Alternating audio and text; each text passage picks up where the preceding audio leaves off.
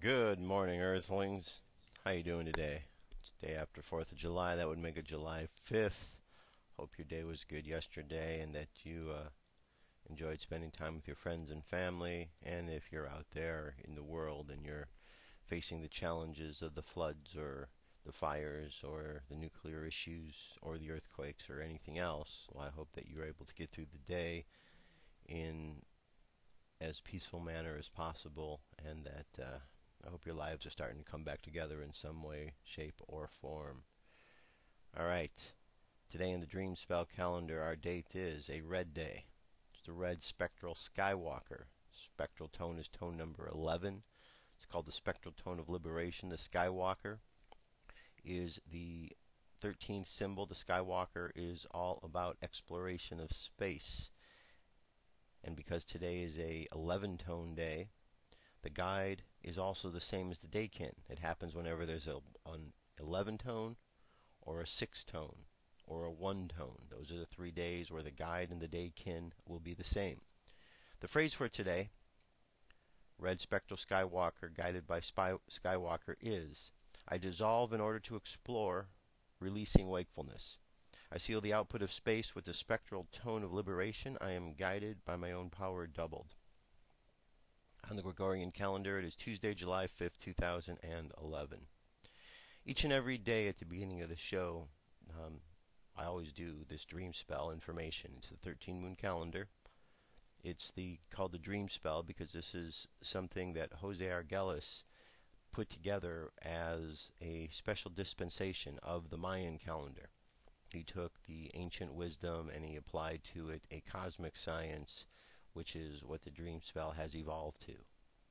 I'm going to speak about this a bit more later this week. I had some emails from some listeners who said they'd like to know a little bit more about this. So at the end of this week, today's Tuesday, Wednesday, and Friday, I'm going to spend some time in the second part of the hour talking all about the dream spell, a bit more in depth, what it is, how it works, so on and so forth, all that stuff. So that'll be this Friday. So stay tuned for that. Now, as we do each and every day, we're going to jump over to Dirk Bradshaw, who has the cosmic news today, and I believe he's going to continue on with the America's Beginnings, or America's Secrets, the information he started to put out yesterday. So, Dirk, over to you. Next up on the Cosmic News Network, the Cosmic News with Dirk Bradshaw.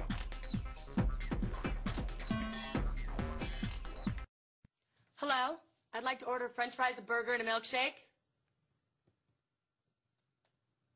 This is a library.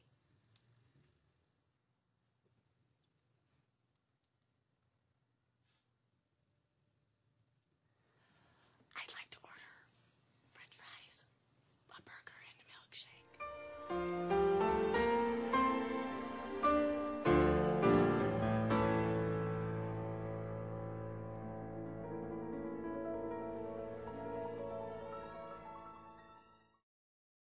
Boys and girls, children of all ages.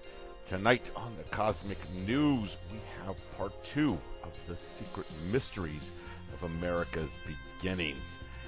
This story is unfolding a most fascinating history behind the founding of America, and we expose the esoteric underbelly of its design. Huddle up the kids, get some popcorn popping. We are going to learn the incredible secrets of the esoteric traditions hidden within the manifold layers of signs and symbols in our nation's infrastructure. Wow, that's pretty big. Stay tuned, you're not going to want to miss any of this.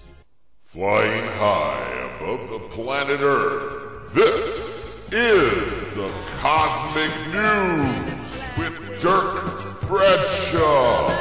Just seems tragic, but parades are so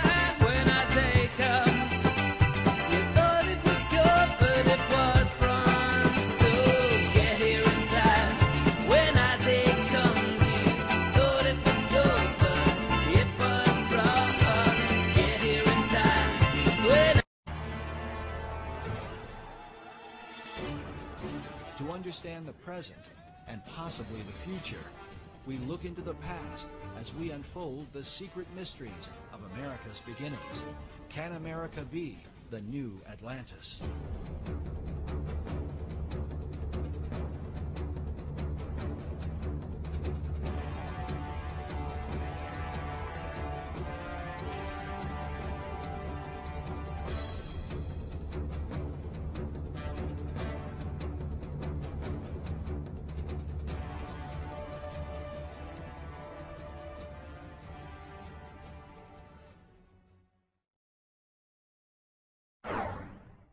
The movie National Treasure revealed to many the role of Freemasons in the founding of America.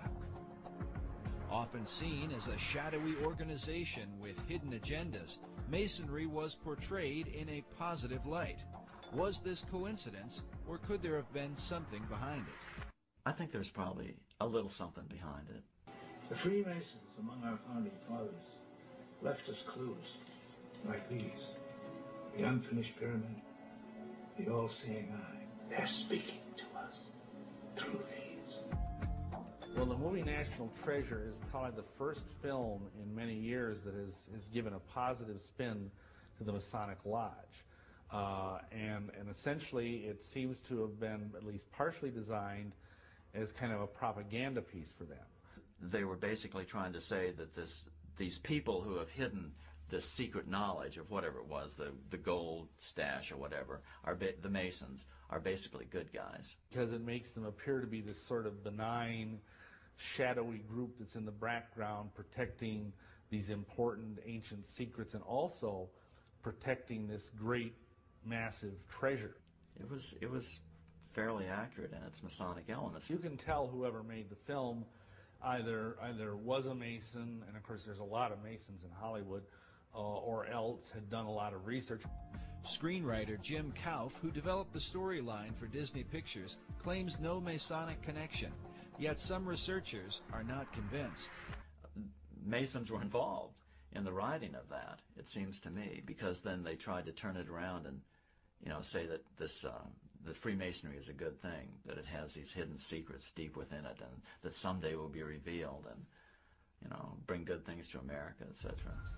Yet did the filmmakers accurately portray the real secrets of Masonry? The thing I think that's unfortunate about the movie is, other than it kind of glamorizes the Masons, is that it makes it sound like the treasure of Masonry is monetary, that it's this enormous cachet of wealth and gold and jewels and urns and statues and whatever. And really that's not what the treasure of Masonry is. The treasure of Masonry is esoteric wisdom. It is what Masons believe. It is the secret of eternal life and immortality. And that's an entirely different thing. Conspiracy theorists have suggested that the film was intended to mislead. But the question remains, if Masons were involved in the making of the film, what would motivate them to tell a story about a society sworn to secrecy? I think Masons have been pretty desperate over the last couple decades. They've taken a lot of hits, due in at least part to my books, and their membership is declining fast. Men love secrets, and that's just a basic truism. And so if they advertise that through a popular movie, maybe it would generate a little more interest. On one level, the film, I think it does some good in that it does educate people about the origins of our country and the fact that the origins of our country was very much steeped in Masonry. But on the other hand, I think it misleads about the benign nature of Masonry's involvement, and also it misleads by defining the nature of what Masonry has been guarding for the last 3,000 years. But what has Masonry been guarding for the last 3,000 years? The real history of the craft, as it is called, varies from one source to another, and is a continued thorn of controversy. Masons claim biblical origins dating back to Tubal-Cain, the first craftsman, as well as Nimrod, who built the Tower of Babel and founded the ancient city of Babylon. King Solomon plays an important role, as Masons are said to have been the builders of the Great Temple in Jerusalem. No less important is the influence of Gnosticism, sometimes called the mother of Masonry. According to Masonic historian Albert Mackey, Gnosticism is where Masonry gets the mysterious letter G, as seen here in the midst of the Masonic square and compass, a symbol that often adorns Masonic tombstones.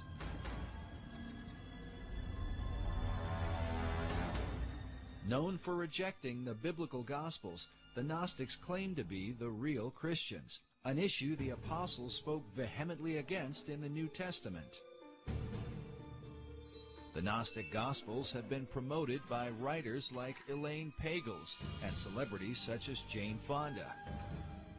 It was the Gnostic teachings that formed the heart of Dan Brown's blockbuster book, The Da Vinci Code. The Gnostics were known to express a humanistic view of Christ, a view they are said to have exploited for the purpose of justifying their debauchery of women. Hence the tales of Jesus and his alleged relationship with Mary Magdalene, a view often attributed to the Gnostics and repeated in Brown's controversial book.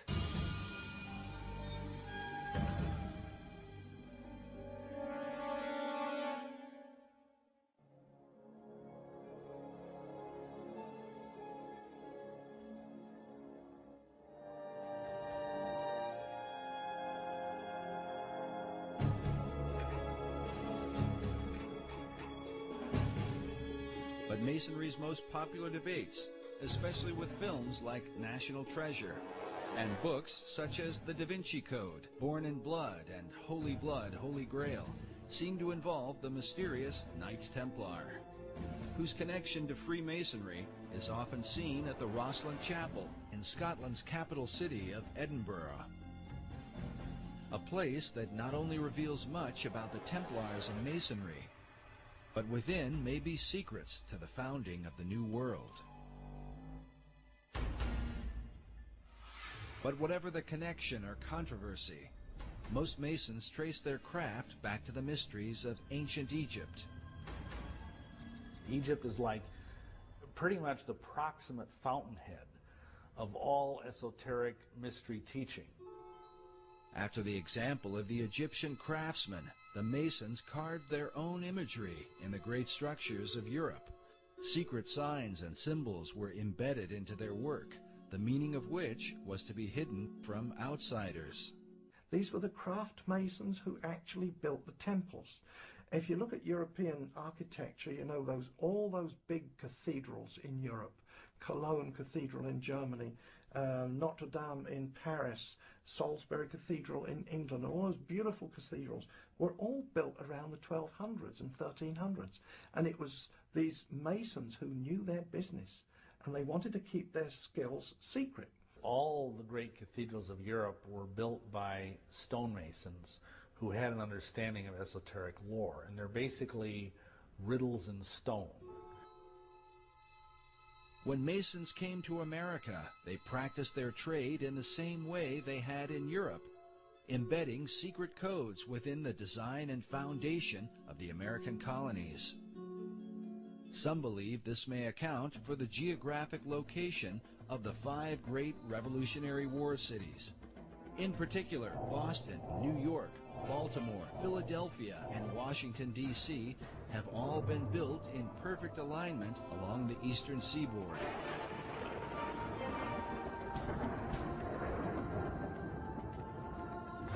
Researcher Jim Allison believes this alignment may be a part of something greater. Let me say this, I think it is very unlikely that the alignment is coincidental. According to Allison, the alignment of cities and ancient sites are part of a series of great circles that encompass the Earth. These circles are supposedly like lines of power upon which significant sites are built. The simplest example, the most obvious example of a great circle. Wake up every morning to First Contact Radio with Joshua Poet. Starts at 8 a.m. weekdays. And of course, you can hear it anytime at firstcontactradio.com and, of course, the CosmicNewsNetwork.com. Check it out. Oh, man, I can't believe it's over. Where does the time go? Well, I see the fat lady's off the stage. She's looking right at me. It's time for me to go put her to bed. I hate goodbyes. So instead I'm going to say, until we meet again, I'm Dirk Bradshaw for the Cosmic News. Wake up. What if our government was responsible for some of the greatest crimes against this nation? Would you really want to know? These are big questions, but these questions deserve answers. It's time to demand the truth. People should not be afraid of their governments. Government should be afraid of people. 9/11 was an inside job. Kennedy was killed by the CIA. Jimmy Carter saw a UFO. Answers to secrets you need to know. So wake up, wake up, wake up, wake up. Wake up, wake up, wake up. Wake up, wake up, wake up, wake up. Wake up, wake up, wake up.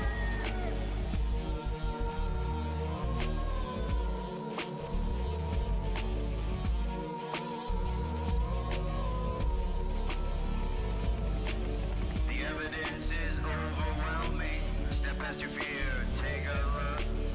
Illuminati lies keep growing.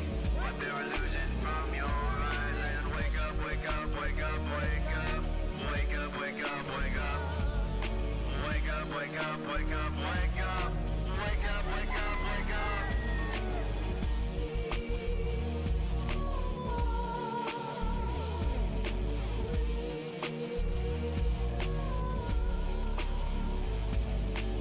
What would our founding fathers say if they were alive today?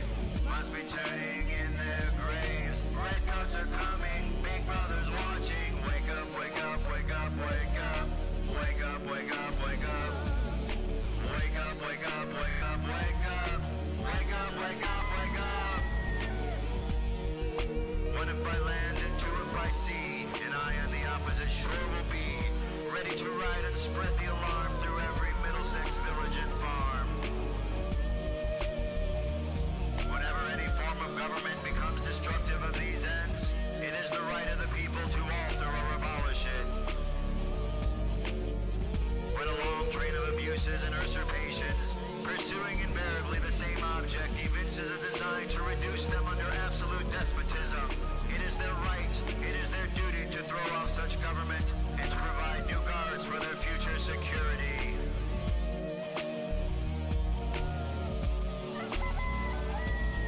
Wake up, wake up, wake up, wake up. Wake up, wake up, wake up. Wake up, wake up, wake up, wake up. Wake up, wake up, wake up. Wake up, wake up, wake up, wake up. Wake up, wake up, wake up. Wake up, wake up, wake up, wake up. Wake up, wake up, wake up. Patriots arise. It's time to demand the truth.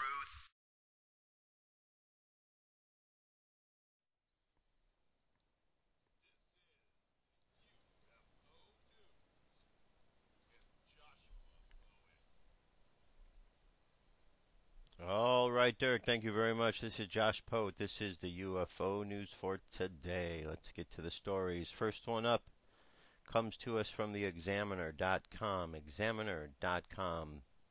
This is written by Roger Marsh. It says, New Jersey UFO experience described as surreal.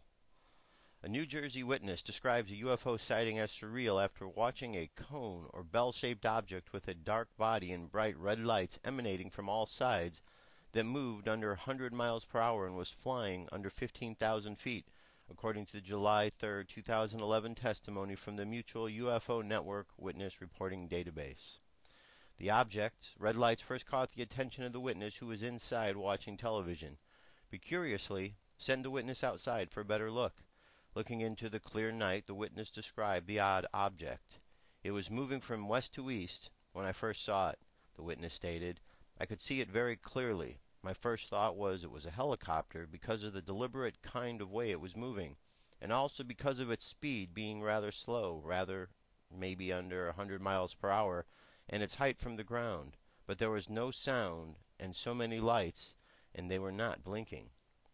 The witness stated the object was reminiscent of a World War II Marine mine. This was because of the shape and the dark color of it, and because the lights were so bright that they reminded me of the things that stick out from all around a Marine mine. Our next story also comes to us from the Examiner. This is written by Tracy Pierce. Independence Day brings UFO spotted over Newcastle upon Tyne. It says the 4th of July always brings more than its fair share of UFO sightings. It isn't surprising that so many UFOs are reported on Independence Day, with all types of fireworks lighting up the night sky in the United States. However, one of the first reported UFO sightings, this July 4th can't be explained away by bottle rockets. A witness in Newcastle Tyne, also known simply as Newcastle, spotted an unusual sight in the sky early on the morning of July 4th, 2011.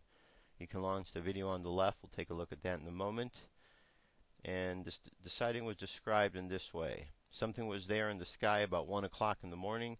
I saw a strange light outside the window, ran down the stairs to the garden and began to record video. It was hard to record on the camera. The video is uploaded straight from my camcorder and is untouched. Alright, let's take a look at this here. Bring it in so you can see it a little bit better. Alright, here we go. This is the video in question. You tell me what you think. Alright, we got an orange light. Let's see, it's kind of disappeared. Where is it at again? Alright, you can see the orange light there moving around. Can't really see anything more other than it being orange. It does have some other light source on it as well. And does appear to be a spherical type of image. Alright, so that's the latest one from Newcastle. This article here comes to us from SignsInDiego.com. UFO believer tries to spread the word by John Wilkins. 21 years ago this month, on a hazy afternoon near Julian, Mike Orell took a picture. It changed his life. Whether it changed it for the better depends on your attitude about UFOs. Mainstream science scoffs the idea, but at least 1/3 of the public believes in UFOs, according to public opinion surveys that have been consistent for 50 years. A large number regularly reported believing the government is hiding information about extraterrestrials. Hollywood, with Super 8, the latest example, regularly spins stories about aliens. Most bookstores have robust science fiction section. It would be hard to flip through TV on any given night and not find something talking about visitors from other planets. Alright, hold on a second. Does something this sketchy, with sketchy factual underpinnings, continue to hold such sway in popular culture and the public's mind? Well, Mike Orell's story is a window into that world. Born in San Diego 54 years ago, he grew up in La Mesa. When he was 13, his father, a San Diego policeman, was killed in a dune buggy accident in Mexico. Reeling, Orell went looking for answers to some of life's biggest questions. Why are we here? What happens when we die? Are we alone in the universe?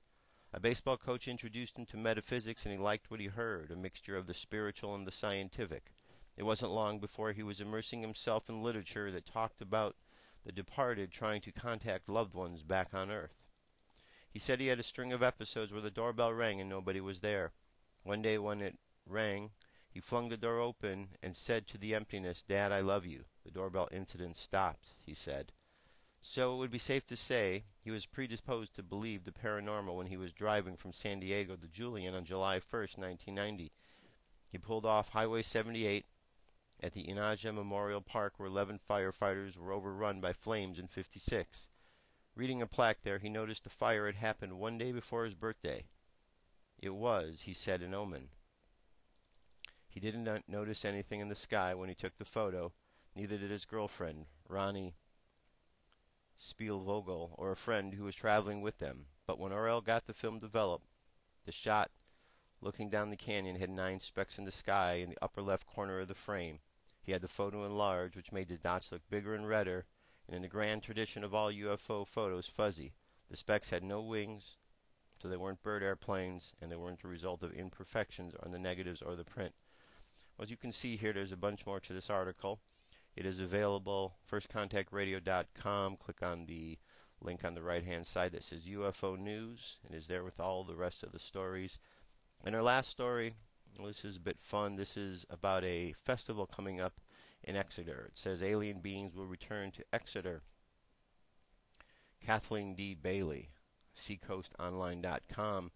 The Exeter UFO Festival will mark its 3rd anniversary Labor Day weekend with a new sponsor, new and returning speakers, and a celebration of New Hampshire's most famous alien sighting. Dean Merchant, the festival's organizer and business, said businesses and nonprofits will combine their talents for a day of out-of-this-world fun Saturday, September 3rd in downtown Exeter. September 2011, is the 50th anniversary of the alleged abduction by aliens of the late Betty and Barney Hill of Portsmouth. The Hills were returning from a Canadian vacation and were driving through the White Mountains when they reportedly saw an alien craft and were taken on board. The experience gained them national fame, and they were the subjects of books and at least one movie. To her dying day, Betty Hill continued to report UFO sightings, some of them in Exeter. So once again, this article is available at firstcontactradio.com. Click on the link on the right side of the page. That is our UFO news for today. I'm going to go to a song. I'll be back. I've got some more news and information for the second half of the hour. Enjoy. Headline edition, July 8th, 1947.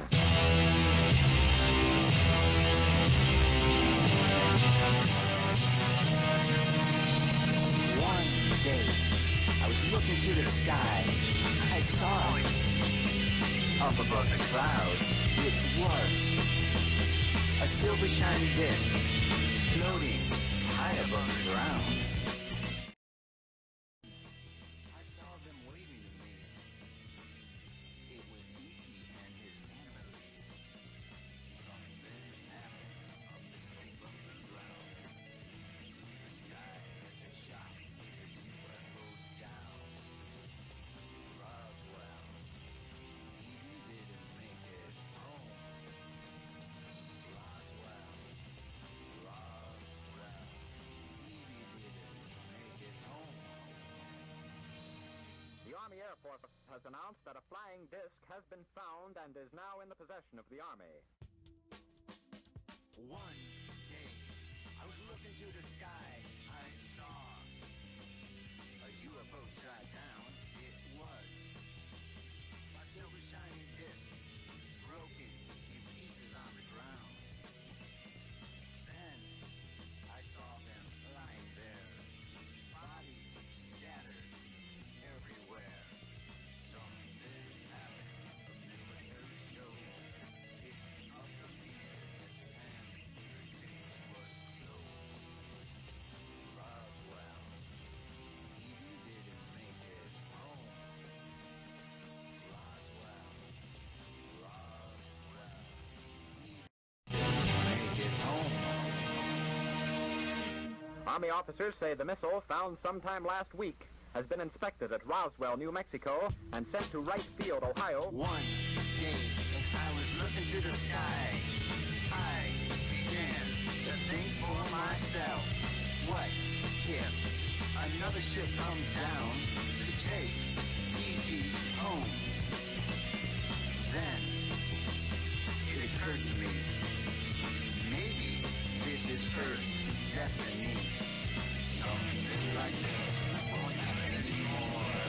No more missiles, no more UFOs down. Roswell, he didn't make it home. Roswell, he didn't make it home. Headline edition will bring you special reports and interviews in a moment.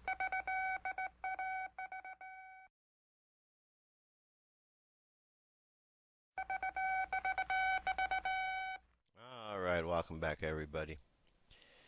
So, yesterday was the 4th of July, and I like to ask questions of people. So, I spent my day while I was out and about talking to people, asking, doing my own personal poll.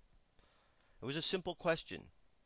I would ask people this very question. Here's what I would ask them. I would say, what is this from? What is this statement from? And then I would read to them this opening section here. When in the course of human events it becomes necessary for one people to dissolve the political bands which have connected them with another, and to assume amongst the powers of the earth the separate and equal stations to which the laws of nature and of nature's God entitle them, a decent respect to the opinion of mankind require that they should state the causes which impel them to their separation. I asked a lot of people that yesterday, and sadly, 1 out of every 5 people that I asked, 20% only knew what that was. Only 20% of the people I spent all day long questioning knew that that was the Declaration of Independence. And oftentimes, which was really surprising, was I felt as if I was out of line asking them questions about the Declaration of Independence on Independence Day. Go figured. You would think that it would have been a topic of discussion. All day long I flipped through the news channels as I was at different places and sitting with friends and at my home. Not once did I hear any talk about the Founding Fathers or the Declaration of Independence. I don't think I heard it mentioned once on any program that I had flipped through. Or the Constitution. It was as if none of that mattered. They did a great job of showing the current troops and the fighting that they're doing and support for them, and that's awesome that they're doing that. The troops are put in harm's way and they need to be protected, and we need to honor what they're doing. But the Declaration of Independence wasn't written when they were around. It was written years ago. 1776 it was written. Declaration of Independence had to do with us, the United States, pulling away from tyrannical government in England. And if you were to take the last phrase out of this declaration here, the history of the present King of Great Britain is a history of repeated injuries and usurpations, all having a direct object, the establishment of an absolute tyranny over these states. All right, and then if you go down underneath here, it lists all the different things that King George had done. I would challenge you to go. You can go to archives.gov, look up the Declaration, and look over this list. And you tell me how many of these things apply to any one of the last several presidents of this United States of America. And you will see and understand that this here, these grievances for which the Founding Fathers pulled away from Great Britain, are exactly the same grievances that Americans have right now with their government, with the lies they are telling and the tyranny that they are spreading, all under their guise of war on terrorism. The only thing different that they're not telling you is that they've expanded terrorism to include domestic terrorism, so the war on terrorism is actually a war against you, the American people. They don't want you to know this because, hey, it's not American to know these kind of things. But this is what's going on behind the scenes. I put this link up on the First Contact Radio website, the Declaration of Independence. Please take time to go and look at it. Share it with somebody else. This is a founding document of this country. We should know what this document is from the first words that we hear of this. We should understand what this was about, that it was brave men and women who were around during that time that pulled away from tyranny. We in this country truly need to step up from the tyranny that's in front of us, because the lies are just so evident, and the crimes that they are committing are so blatant.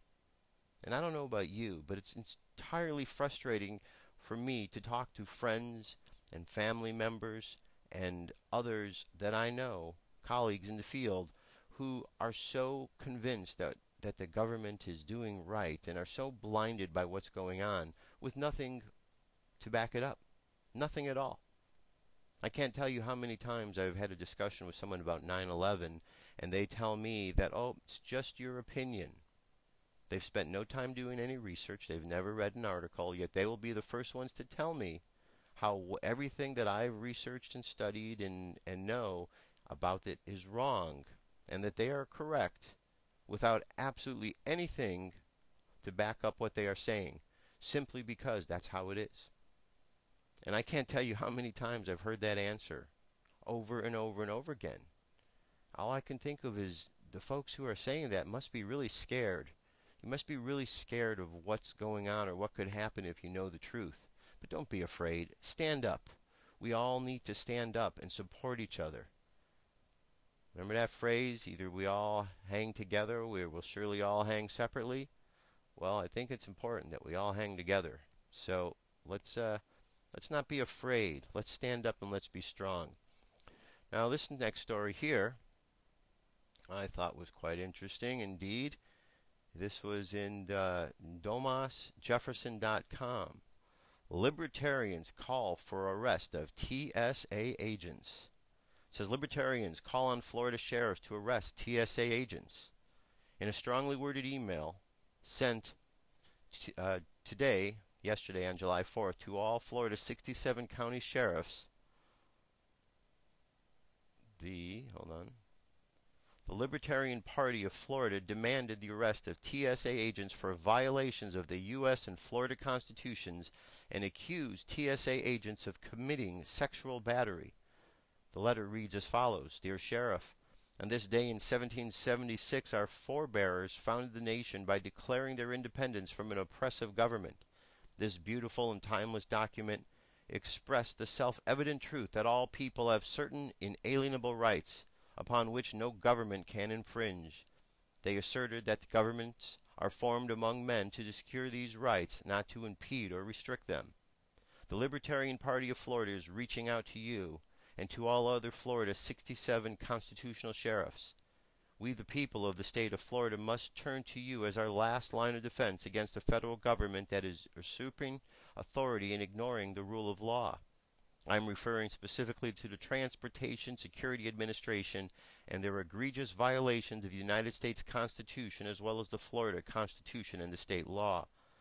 Every single day, TSA employees conduct electronic and bodily searches upon tens of thousands of Florida citizens and visitors at airports, and most recently at bus terminals, rail stations, and highways. They are searching persons and seizing the effects of travelers without warrant or probable cause. Specifically, they are in blatant violation of the Fourth Amendment to the United States Constitution, which reads as follows: The right of the people to be secure in their persons, houses, papers, and effects against unreasonable searches and seizures shall not be voided, and no warrants shall issue upon probable cause, but upon probable cause, supported by oath or affirmation, and particularly describing the place to be searched and the person or things to be seized. These TSA agents are in clear violation of Article 1, Section 12 of the Florida Constitution, which reads as follows. So under searches and seizures, the right of the people to be secure in their persons, houses, papers, and effects against unreasonable searches and seizures, and against the unreasonable interception of private communications by any means, shall not be violated. No warrant shall be issued except upon probable cause, supported by affidavit, particularly describing the place or the places to be searched, the person or persons, thing or thing to be seized, the communication to be intercepted, and the nature of the evidence to be obtained. In addition, one of the methods by which the TSA agents conduct these searches, referred to as the enhanced pat-down, is clearly within the definition of felony sexual battery as codified in the Florida Statute 794011. I would like to point out that the statute clearly defines that it is a first-degree felony when sexual battery is committed by a law enforcement agent in paragraph 4G, which reads, when the offender is a law enforcement officer, correctional officer, or correctional probation officer is defined by 94310 7891236, who is certified under the provisions of 943-1395, or is an elected official exempt from such certification by virtue of S 493.253, or any other person in a position or control or authority in a probation, community school, controlled release, detention, custodial, or similar setting, or such officer official or person is acting in such a manner as to lead the victim to reason to believe that the offender is in a position of control or authority as an agent or employee of government. As sheriff, you have the absolute duty to enforce the law uniformly and without prejudice. You are at best engaged in a selective enforcement by choosing to further ignore these flagrant violations of federal and state law. At worst, you are complicit. If the TSA agents within your county that are violating the law, then you must act. Warn the TSA agents they are subject to arrest if they continue to violate the law. Should they continue, then you must begin making arrests. We urge you to remember the oath you took to support, protect, and defend the Constitution of the state of Florida and the United States of America. On behalf of all Floridians, the Libertarian Party of Florida calls on you to do exactly that. We turn to you, our constitutional sheriffs, to enforce the law in accordance with your sworn duty. Sincerely, Adrian Wiley, Chairman. All right. Very important, excellent post. And you know what I'd like to add on to this show, and it might not be popular view with anybody, but as I like to say, if you're a TSA agent out there and you're touching little children, you should just drop dead right now. Do not pass go. Do not go another step. Just drop dead, because scumbags like you are not needed on this planet at all. Okay? You may not like that opinion. It's all right. I don't think it's right for grown people, agents of the government, to be touching small children. It's just me. Now, there's a couple videos here I want you to check out. I'm going to post up at our YouTube page. One of them is the latest from Packy. PSA, VVENAS. You can find him up at YouTube. He's got a number of stories here, from oil spill outages, outrages Montana residents, King George III won, happy 4th of July. Historical fact, Independence Day is a celebration of freedom from government tyranny. Radiation cover-ups confirmed, Los Alamos, Fort Calhoun, Fukushima, TSA agents. Cloud seeding operation suspended for District 2 target area. Bombed levee, major flooding above the Cooper nuclear site. And then you have more about that. There's a massive island drift out by Labrador, ice. More Fukushima nuclear incidents. And then, of course, the last one, 52 no-fly alerts posted in the United States over the last 28 days. Usually they said there's like 4 or 5 in a whole year. In the last 28 days, there's been 52. So what are they covering up? So I'm going to put this link there so you can go listen and check out all that he's got there, because he does a great job of pulling out stories that need your attention. One of these stories here is a story, where was it here? Oh, I believe this one here. This one, I'm just going to tell you the beginning part, because this is somewhat unbelievable.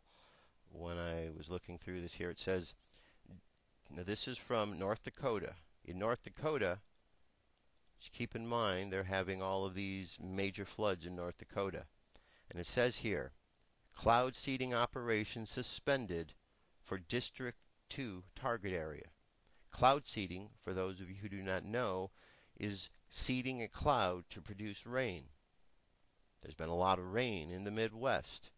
There's been a lot of concern that clouds are being seeded and manipulated, not just from planes, but from particular energies coming from the HARP machine or other type such machines around the country and around the world.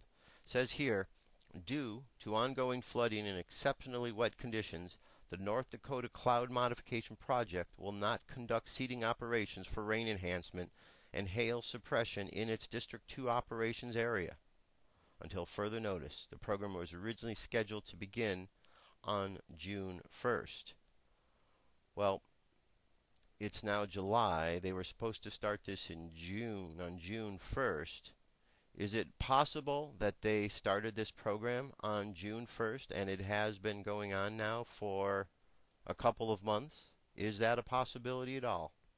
If so, maybe that might explain some of the heavy rains that they've been getting there, which have added to the problems that they're having.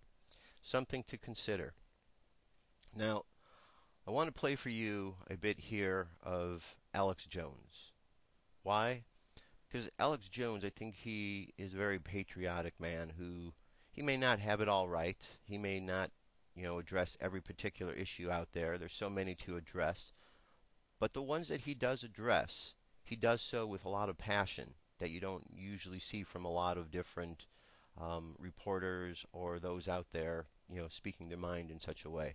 So when it comes to 4th of July and him talking about patriotism and the media and how they deal with it, I couldn't really think of anyone else that would be a better source to bring this to you. So this is Alex Jones, and he is talking a bit all about patriotism, the mainstream media, 4th of July. I want you to listen to this, and I will be back momentarily. Here we go.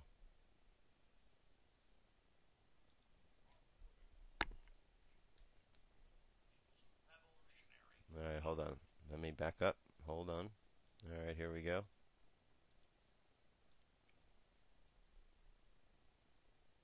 More than 235 years ago, our forebears signed the Declaration of Independence. It was a revolutionary document. The men that signed it were signing their death warrant. They knew that the greatest imperial power the world had ever seen was coming after them. This is an important July 4th message. I intended to take this day off and celebrate the liberties we've still got left today. But over the weekend and today, ABC News, Time Magazine, all over the place, without even trying to tune in, there was this message that the Bill of Rights, the Constitution, the Declaration of Independence was outdated and bad and evil. There's a lot of different attacks I've seen them launching over the years, but the main one is that it's outdated, like a horse and buggy whip compared to the automobile, when it's the opposite. The ideas enshrined in the Declaration of Independence, Constitution, Bill of Rights, are the foundation of all modern liberty and freedom and jurisprudence. It's been the model of freedom. Whether you were in Asia, from Japan, right through what's Pakistan and India today, to Europe, Africa, Mesoamerica, all of these systems were tyrannical. The people were complete slaves. They had corrupt ruling classes that dominated them and kept the underclasses uneducated and poor as a mode to control them. This is the history of humans. And the Declaration of Independence and the ideas that are enshrined in it was the flower of the Enlightenment, the greatest expression of the Renaissance. Everything good in Western culture, private property, the right to defend yourself, the right to practice your own religion or not practice a religion. All of these things were enshrined in more. The right to control your own family and not have the state come take your children away to conscript them to be slaves. This was revolutionary, and it is now under assault, not by something new and better, but by all the same old ideas that tyrants have brought forward. And they have all these fake intellectuals on the controlled left and right come out and tell you how the Constitution, Bill of Rights is bad, how it's antiquated, how in this age of space shuttles and computers, we don't need it, and how did the farmers who were the founders, how did, they think that they could, ever create a document that would survive into the future. Well, I'll tell you what hadn't changed is human nature. And humans act exactly the same. You read that Declaration of Independence about checkpoints and home searches without warrants and out-of-control taxes and regulations and police brutality. Read the Declaration of Independence. It's only a page long. The system does not want you to read it. It's about kangaroo courts and being, basically taken to faraway places. Everything that's happening now, the illegal wars, the secret arrest, the torture, the usurpation, the taxation without representation, the big foreign multinational corporate British empire controlled by corporate interests coming in and setting up laws to cheat little people. It's the same old globalism we were fighting as the new globalism, the modern neo-colonial mercantilism. And that's why the system is demonizing the Bill of Rights and Constitution. That's why they're coming out against it. Because America is being imploded, just like Greece, just like Ireland, and every other major industrialized country by the Ponzi scheme banking cartel. And the Bill of Rights and the Constitution stands in the way of that. It's all over the news today that Greece is losing almost all their liberty countries, the birthplace of democracy, that they are losing all their sovereignty to the private cartel that came in and induced them to get into the Ponzi scheme that was impossible to pay back. We are controlled by those same interests. And so we've always known they're attacking the Bill of Rights and Constitution, the Second Amendment, the First Amendment. But now they're out in the open telling us how great it is to get rid of it, how wonderful it is to not have warrants, how great it is to be spied on, how wonderful it is to have open borders. It's a corporate global government, a new bank of the world that we'll pay our carbon taxes to. It's total tyranny by the new aristocratic class that's basically merged with the old elites. And to just see talk radio, the internet, Newsweek, newspapers, everywhere I go, there is the talking points of attacking the Bill of Rights and Constitution. And, of course, there's the other talking point of, well, some of the founders had slaves. The whole world had slaves at that time. It was these ideas that said that individuals innately had an organic right to not be slaves. And it was those ideas that led to the end of slavery all over the world. Now we have more modern types of debt slavery and bureaucratic slavery that we're under. In many areas of the world still have slavery, but you never hear these academics talking about that. Why do they attack the Bill of Rights and Constitution? Why do they attack the Declaration of Independence? Because it is the most modern idea. It's the system that created all this wealth and ingenuity, and that's why it's under attack. We're going from liberty into corporate collectivism. Anti-free market, anti-capitalism. It's called crony capitalism, but it's not even really capitalism. It's a crony, insider, monopoly man system that has declared war on the Bill of Rights and Constitution and your family. When you see someone on the news demonizing the Constitution, Bill of Rights, demonizing the 4th of July, it's because they're globalists. They're corporate agents who are not free market, who want to usurp and enslave you and your family, and it should make your blood boil. We've known they've been eroding it for a long time from behind the scenes at the edges. Now they're destroying the heart of the document in front of everyone. Obama is launching wars and telling Congress he doesn't need to even get any approval from them to do it, in total violation of the Constitution. Once you get away from rules and checks and balances on power, you have a tyranny. And finally we see Ron Paul and even liberals like Nadler, the congressman, saying Obama is becoming an emperor, and the next president will have that power as well. And so the corporate offshore interest, through their puppet emperors, have total control over us, and our shields, our hedge of protection, is dropped. They're scared of the spirit of 1776 and July 4th for a reason. They demonize it for a reason, because it's the equivalent of holy water and a silver cross to vampires. Discover its power. Save the Republic. Discover the spirit of liberty. And defeat the New World Order. That's it. All right, thanks, Alex. I appreciate the passion. Very passionate about being out there and freedoms and against the New World Order, and as he should be. There's a lot of stuff going on. You know, yesterday as I was asking people the questions all day long, there came a point where I started feeling bad for the people, and then I had a hard time after a while just telling them, I'm sorry, you're wrong. I'm sorry, that's not it. No, it wasn't the Gettysburg Address. No, that's not the Constitution. At least you're in the ballpark. No, this isn't something that was written from somebody from Mexico. I mean, I had answers all over the board. I felt bad for these people that they didn't know that same basic answer. Where are we going into this? You know, where are we going? How did we get this way? Because the problems are there. And unless you and I and everybody else addresses these issues, they're going to continue to go on. You got a man who's the president right now, has the Nobel Peace Prize, but he keeps going out and starting more wars. I don't know, correct me if I'm wrong, but I don't remember Gandhi going out and starting all kind of wars, or any other of the Nobel Peace Prize recipients going out and starting other wars. But maybe Obama, maybe I'm wrong. Maybe he is a peaceful guy. Because when Joplin was having trouble and there was problems in Fukushima, rather than getting all upset, he remained calm and peaceful, and he played golf. He remained calm and peaceful, and he gave his basketball predictions for the basketball tournament. So he remained calm and peaceful. Maybe that's what that was for. Maybe it wasn't for him for being a peaceful person in the world. Maybe his own sense of peace. Maybe that's what it is. It'd be nice if he extended the sense of peace that he has within to without, especially since he's the president. I'm just saying, I don't know.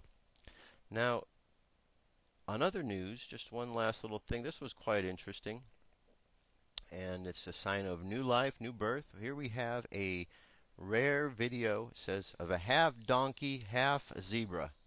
There you go, right there, look at that. Half donkey, half zebra. It's called a donkra. Offspring of a female zebra and a male donkey. Has been born at Xiamen Hainkeng Zoo, a Chinese state broadcaster reported on Monday. So there you have. We have new life of a zebra and a donkey. All right. We've come to the ending part of our show now. So let me bring up the old meditation music here, the peaceful music. So what I'd like us to consider today, let's think of the word solution.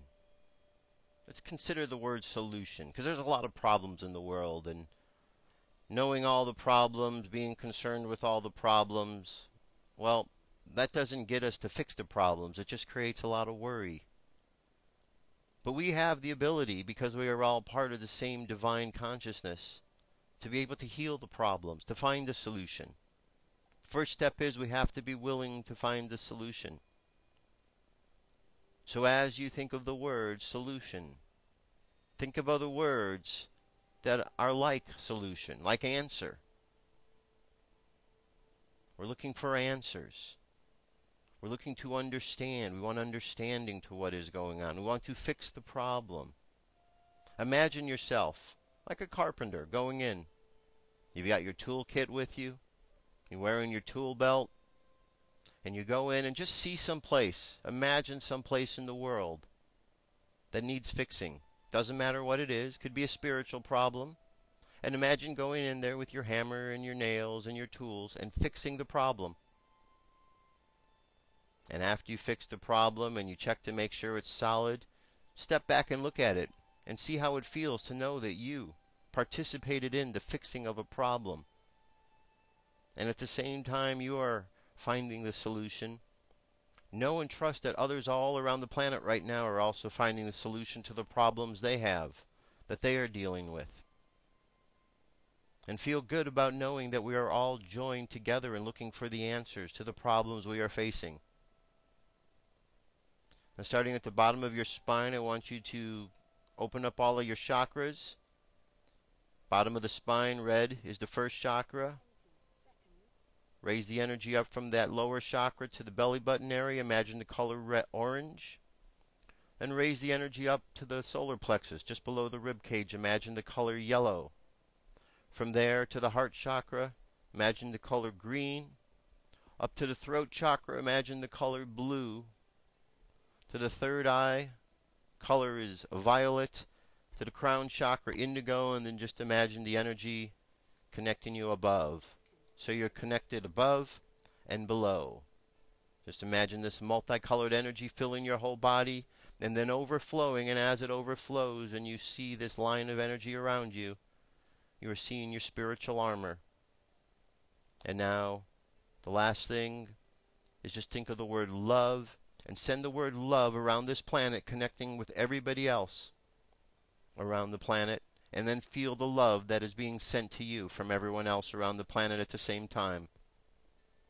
And holding that thought and love in your mind and in your heart, let's bring our attention back to the present moment. 3, 2, and 1. Back to the present moment. That's the end of our prayer. That's the end of our little meditation. And that's the end of a show. There's a lot of challenges in the world, my friends. Go out there, be safe, be smart, find the solutions to the problems. We're all in this together. We're all going to get through this together. I'll talk to you tomorrow. Be safe. I'm out of here. Peace.